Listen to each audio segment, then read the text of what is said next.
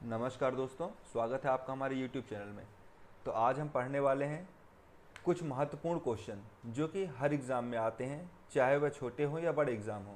अगर सिंधु घाटी सभ्यता की बात आती है या इतिहास के परिचय से संबंधित बात आती है तो इन क्वेश्चनों को ज़रूर पूछा जाता है। तो हम आपके पास लाए हैं 40 महत्वपूर्ण ऐसे क्वेश्चन जो हर एग्ज़ाम में आ चुके हैं और हर एग्ज़ाम के लिए महत्वपूर्ण भी है, जैसे RRB, NTPC, CGL, CPO, CHSL, police के एग्ज़ाम, व्यापम के या फिर यूपीएससी, किसी के भी एग्ज़ाम हो, छोटे से लेकर बड़े लेवल तक के हर क्वेश्चन इसमें इंक्लूड किए गए हैं, जो कि आपके लिए बहुत महत्वपूर्ण है और बहुत सहजता से आपको इन 40 क्वेश्चनों के बारे में मैं बताऊंगा। तो आइए आगे बढ़ते हैं, बात करते हैं कि क्वेश्चंस के बारे में। तो पहले हम देखते हैं इतिहास का पिता किसे कहा जाता है, क्योंकि सबसे पहले आता है इतिहास के बारे में। तो हम सब जानते हैं इतिहास का पिता किसे कहा जाता है, हेरोडोटस को। उसके बाद हमारा नेक्स्ट क्वेश्चन है कि जिस काल में मानव की घटनाओं का कोई लिखित वर्णन नहीं होता उस काल को क्या कहा जाता है, अर्थात हमारे पास कोई लिखित साक्ष्य उपलब्ध नहीं है तो उस काल को कहा जाता है प्रागैतिहासिक काल। इसके बाद हम देखते हैं कि एक महत्वपूर्ण क्वेश्चन है, आग का आविष्कार किस युग में हुआ। तो हम सब जानते हैं कि ये पाषाण युग में हुआ, मगर अगर कभी कभी स्पेसिफाइड करके पूछ लेते हैं कि पूरा पाषाण, मध्य पाषाण या निम्न पाषाण, तो आपको याद रखना है कि यह पूरा पाषाण में हुआ था। उसके बाद हम देखते हैं पूरा पाषाण युग में ही मानव की जीविका का मुख्य आधार क्या बना। तो मानव की जीवन का मुख्य आधार था शिकार करना। इसके बाद हम देखते हैं कि पहिए का आविष्कार किस युग में हुआ। तो पहिए का आविष्कार जो है वह नवपाषाणकालीन युग में हुआ था। तो इसमें हम कुछ महत्वपूर्ण क्वेश्चन देख चुके हैं। आइए आगे की स्लाइड की ओर बढ़ते हैं। अब हम देखते हैं कि इतिहास किसे कहा जाता है। तो ये एक परिभाषा है कि मानव के जीवन की घटनाओं का लिखित वर्णन इतिहास कहलाता है, या फिर वह साक्ष्य या वह प्रमाण जो कि प्राचीन काल में घटित हुआ हो और उसके साक्ष्य हमें यहाँ पर प्राप्त हो रहे हों, तो इसे इतिहास कहा जाता है। अब हम देखते हैं सिंधु घाटी सभ्यता की ओर बढ़ते हैं। तो सिंधु घाटी सभ्यता का प्रचलित नाम कौन सा था, कौन सा नाम प्रचलन में था। तो हम देखते हैं कि सिंधु घाटी सभ्यता का प्रचलित नाम हड़प्पा सभ्यता था, या इसी को हम उल्टे तरीके से देख लें तो हड़प्पा सभ्यता का प्रचलित नाम सिंधु घाटी सभ्यता था। यहाँ पर आप देख सकते हैं स्क्रीन में कि यहाँ पर हमने हड़प्पा सभ्यता के बारे में दिखाया है कि किस तरह मांडा, राखीगढ़ी से लेकर धौलावीरा और अंत में सुतकोतड़ा के बारे में हमने यहाँ पर दिखाया है। अब हम बढ़ते हैं हमारे अगले पॉइंट की ओर। तो सिंधु घाटी सभ्यता का काल क्या माना जाता है। जो कार्बन डेटिंग पद्धति है उसके अनुसार 2500 ईसा पूर्व से लेकर 1750 ईसा पूर्व तक के काल को सिंधु घाटी सभ्यता का काल माना जाता है। अब अगले क्वेश्चन की ओर बढ़ते हैं। तो सिंधु घाटी सभ्यता में सर्वप्रथम घोड़े के अवशेष कहाँ मिले थे। तो सर्वप्रथम घोड़े की हड्डियों के प्रमाण जो है वह सुरकोटडा में मिले थे। याद रखने योग्य बात यह है कि घोड़े के अवशेष हर जगह से प्राप्त नहीं हुए हैं, केवल कुछ विशेष जगह से प्राप्त हुए हैं। इसलिए कहा नहीं जा सकता, यह निश्चित तौर से प्रमाण नहीं है कि घोड़ा उस टाइम में प्रचलित था या नहीं। हो सकता है घोड़ा बाहर से आयातित हो। तो अब हम अगले क्वेश्चन की ओर बढ़ते हैं। सिंधु घाटी सभ्यता के लोगों का प्रमुख व्यवसाय क्या था। कई एग्जाम से पूछा गया महत्वपूर्ण क्वेश्चन है। तो आपको ये बताना है कि सिंधु घाटी सभ्यता के प्रमुख लोगों का व्यवसाय जो था वह व्यापार से संबंधित था, आयात निर्यात। आइए बढ़ते हैं हम अपने अगले क्वेश्चन की ओर। हड़प्पा की सभ्यता किस युग की सभ्यता थी। तो हड़प्पा की सभ्यता कांस्ययुगीन सभ्यता थी। अब कांस्ययुगीन सभ्यता क्या थी, इसके बारे में हम बात करते हैं। तो कांस्ययुगीन सभ्यता थी जब तांबा और टिन जैसे मिश्र धातु को मिश्रित करके एक नया धातु निर्माण किया गया, उसे ही कांसा कहा गया। इसी कारण इसे कांस्ययुगीन सभ्यता भी कहते हैं। अब अगले क्वेश्चन की ओर देखते हैं। तो सिंधु घाटी सभ्यता में घर कैसे बनते थे। तो हम सब जानते हैं कि सिंधु घाटी सभ्यता एक नगरीय सभ्यता थी। इसी कारण यहाँ पर ईंटों से, कहीं कहीं पर पक्की ईंटों से भी घर मिले, ऐसे हमें प्रतीत होता है। ठीक है, अब अगले क्वेश्चन की ओर बढ़ते हैं। तो हड़प्पा सभ्यता की खोज सर्वप्रथम किसने की थी। तो हड़प्पा सभ्यता की खोज सर्वप्रथम राय बहादुर दयाराम साहनी ने की थी, जिनका आप यहाँ पर स्लाइड में फोटो भी देख पा रहे हैं। ये प्रथम भारतीय थे जिन्होंने हड़प्पा सभ्यता की खोज की थी। हालांकि ये जॉन मार्शल के अंडर में काम कर रहे थे, परंतु अगर भारतीय होने के नाते पहला वर्चस्व इन्हीं को प्राप्त है। अब अगले क्वेश्चन की ओर बढ़ते हैं। तो हड़प्पा के लोग कौन सी फसलों में सबसे आगे थे। हम सब जानते हैं कि सिंडन या कपास की फसल के बारे में, क्योंकि इसका व्यवसाय बाहर भी चलता था और इसी कारण सिंडन के नाम पर ही इसका, कपास के नाम पर सिंध क्षेत्रों का नाम सिंडन पड़ा था। अगले क्वेश्चन की ओर देखें। तो सिंधु घाटी सभ्यता का प्रमुख बंदरगाह कौन सा था।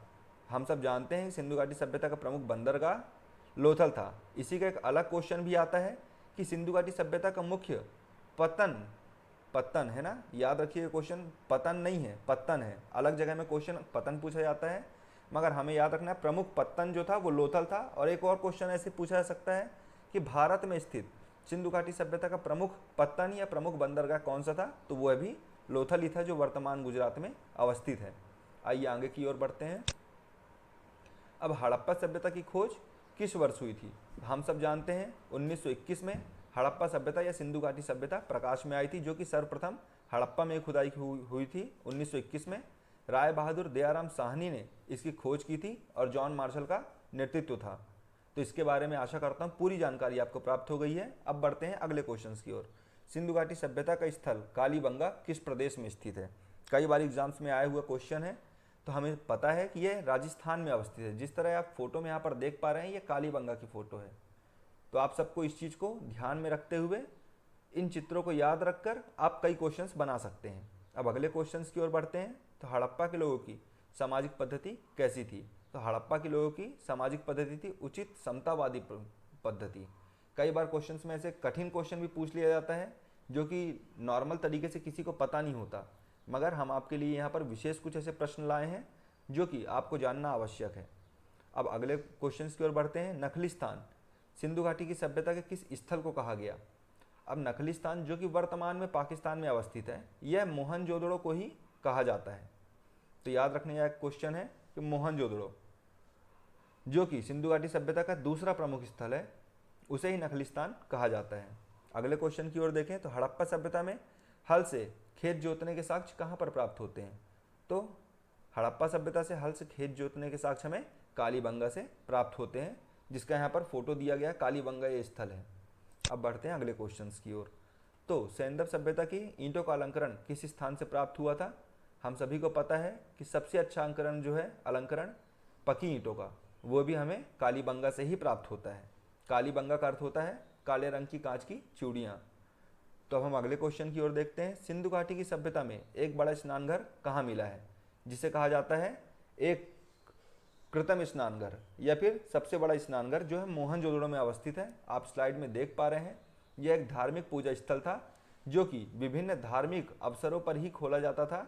एक जलकुंड की भांति इसका कार्य होता था और यह धार्मिक पूजा में उपयोग में लाया जाता था। तो अगला क्वेश्चन, मोहनजोदड़ो को एक अन्य किस नाम से जाना जाता है? तो मोहनजोदड़ो का अर्थ ही होता है मृतकों का टीला। जैसा कि हम देखते हैं कि कनिंघम ने इसे जुड़वा राजधानी भी कहा है। तो मृतकों का टीला, यहाँ पर से बहुत सारी प्रमुख वस्तुएं प्राप्त हुई हैं जो कि राखलदास बनर्जी ने मोहनजोदड़ो नामक नगर की खोज की थी 1922-23 के आसपास। अगले क्वेश्चंस की ओर देखें तो सिंधु घाटी की सभ्यता किस युग में थी? तो इसे आदि ऐतिहासिक युग माना जाता है। अगला, सिंधु घाटी की सभ्यता की मुद्रा पर किस देवता का चित्र अंकित था? तो हम सबको पता है पशुपतिनाथ का, या फिर जिसे आदि शिव कहा गया है कनिंघम के द्वारा। ये भी क्वेश्चन याद रखने लायक है। क्वेश्चंस आते हैं कि आदि शिव किसने कहा था? तो आदि शिव कनिंघम ने कहा था। अगले क्वेश्चंस की ओर बढ़ते हैं। सैंधव स्थलों के उत्खनन से प्राप्त मोहरों पर किस पशु का प्रकीर्णन सर्वाधिक हुआ है?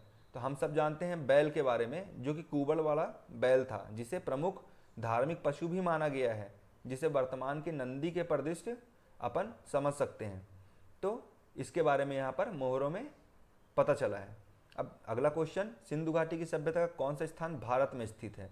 तो भारत में स्थान तो बहुत सारे स्थित है, परंतु प्रमुख पत्तन बंदरगाह जो है वह लोथल है। जैसा कि आप स्क्रीन में देख पा रहे हैं, यह लोथल की तस्वीर है जो कि यहाँ पर बंदरगाह के रूप में सदृश्य हो रही है। और हम सब जानते हैं कि सिंधु घाटी सभ्यता में बाकी हर जगह से जो है गेट और दरवाजे जो हैं वह अंदर की ओर खुलते थे, मगर यहाँ पर मुख्य सड़कों की ओर दरवाजे और खिड़कियाँ खुलने के साक्ष्य प्राप्त होते हैं, जिससे कि व्यापार के लिए सामान आसानी से ले जाया जा सके। अगले क्वेश्चन की ओर बढ़ते हैं। भारत में खोजा गया सबसे पहला पुराना शहर कौन सा था? तो हड़प्पा था। इसके कारण ही 1921 में हड़प्पा सभ्यता को सिंधु घाटी सभ्यता कहा गया। हड़प्पा सभ्यता का प्रमुख स्थल रोपड़ किस नदी पर स्थित था? तो यह सतलज नदी पर स्थित था। इस तरह मांडा किस नदी पर स्थित है? तो यह चिनाब नदी पर स्थित है। हम सब जानते हैं मांडा जो है वह सिंधु घाटी सभ्यता का सबसे उत्तरी स्थल भी है। अगले स्लाइड की ओर बढ़ते हैं तो हम देखते हैं कि हड़प्पा में एक अच्छा जल प्रबंधन का पता किस स्थान से चलता है? तो वैसे तो हड़प्पा में कई जगह पर जल प्रबंधन के उचित संसाधन उपलब्ध थे, मगर धौलावीरा में जो प्रमाण प्राप्त हुए हैं वह उन सबसे उत्कृष्ट था। और कहा जाता है कि 17वीं 18वीं सदी तक रोम और पेरिस जैसे जगह में भी ना इतना अच्छा जल प्रबंधन था और ना ही इतनी अच्छी जाल निर्माण पद्धति या जाल विन्यास पद्धति, जिसे हम ग्रिड पद्धति कहते हैं। तो इस स्थान से कहा जा सकता है कि हमारा जो कि मोहनजोदड़ो या फिर हड़प्पा सभ्यता है, वहाँ पर जो भी यहाँ पर प्रमाण प्राप्त हुए हैं वह आधुनिक शहरों से भी ज़्यादा अच्छे थे। अगले क्वेश्चंस की ओर बढ़ते हैं। सिंधु घाटी की सभ्यता के लोग मिट्टी के बर्तनों पर किस रंग का प्रयोग करते थे? यह मृदभांड के बारे में क्वेश्चन पूछा गया है कि किस रंग के मृदभांड का उपयोग करते थे, तो यह लाल रंग के मृदभांड का उपयोग करते थे। सिंधु घाटी सभ्यता की प्रमुख फसल कौन कौन सी थी? तो जौ और गेहूँ जो थी सिंधु घाटी सभ्यता की प्रमुख फसल थी। इसके अलावा जो है मक्का भी आप लिख सकते हैं, परंतु जौ और गेहूँ प्रमुख है। हड़प्पा और मोहनजोदड़ो खुदाई किसने करवाई थी? तो हम सब जानते हैं 1921 में सर जॉन मार्शल के नेतृत्व में ही 1921 में पहले दयाराम साहनी ने हड़प्पा की खोज की और उसके बाद 1922-23 में राखल दास बनर्जी ने मोहनजोदड़ो की खोज की। जैसा कि आप स्क्रीन में देख सकते हैं, ये है हमारे सर जॉन मार्शल। अब देखते हैं अगला क्वेश्चन। हड़प्पा के निवासी घरों एवं नगरों के विन्यास के लिए किस पद्धति को अपनाते थे? जैसा कि हम बोल रहे थे जाल विन्यास पद्धति, जिसे हम ग्रिड पद्धति के रूप में कहते हैं। यहाँ पर सड़कें जो थी आपस में एक दूसरे को समकोण पर काटती थी, जैसा कि आज हम देखते हैं आधुनिक सड़कों पर चौराहे के रूप में। तो ये उसी के बारे में बताया गया है। अब हम बढ़ते हैं अगले स्लाइड की ओर। तो हड़प्पा की सभ्यता किस युग की सभ्यता थी?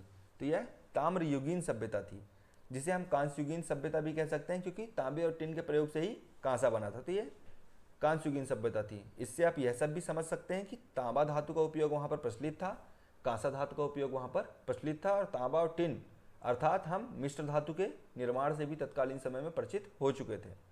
अब हम देखते हैं अगला क्वेश्चन। हड़प्पा के किस नगर को सिंध का बाग कहा जाता है? तो नखलिस्तान या मोहनजोदड़ो को हड़प्पा के सिंध का बाग का शौर्य जो है वो प्राप्त है। इसके बाद हम अगला क्वेश्चन देखते हैं। हड़प्पा के निवासी किस धातु से परिचित नहीं थे? तो लोहे से परिचित नहीं थे। इसके अलावा हम बोलें तो सोने, चांदी, तांबा, कांसा, इन सब से परिचित थे, मगर लोहे से परिचित नहीं थे। इससे जो हमारा प्रचलन है या इससे हमारा जो पहचान है वह 1000 ईसा पूर्व के आसपास होगा। हम देखते हैं स्वतंत्रता के बाद भारत में हड़प्पा के युग से स्थानों की खोज सबसे अधिक किस राज्य से हुई? तो गुजरात से स्वतंत्रता के बाद सर्वाधिक पुरातत्व अवशेष हड़प्पा युगीन सभ्यता से प्राप्त हुए हैं। अगले क्वेश्चन की ओर बढ़ते हैं। तो किस स्थान से नृत्य वाली मुद्रा स्त्री की कांस्य की मूर्ति प्राप्त हुई थी? तो हम सब देखते हैं मोहनजोदड़ो से कांसे की नर्तकी की मूर्ति प्राप्त हुई थी, जैसा कि स्क्रीन में यहाँ पर दिखाया जा रहा है।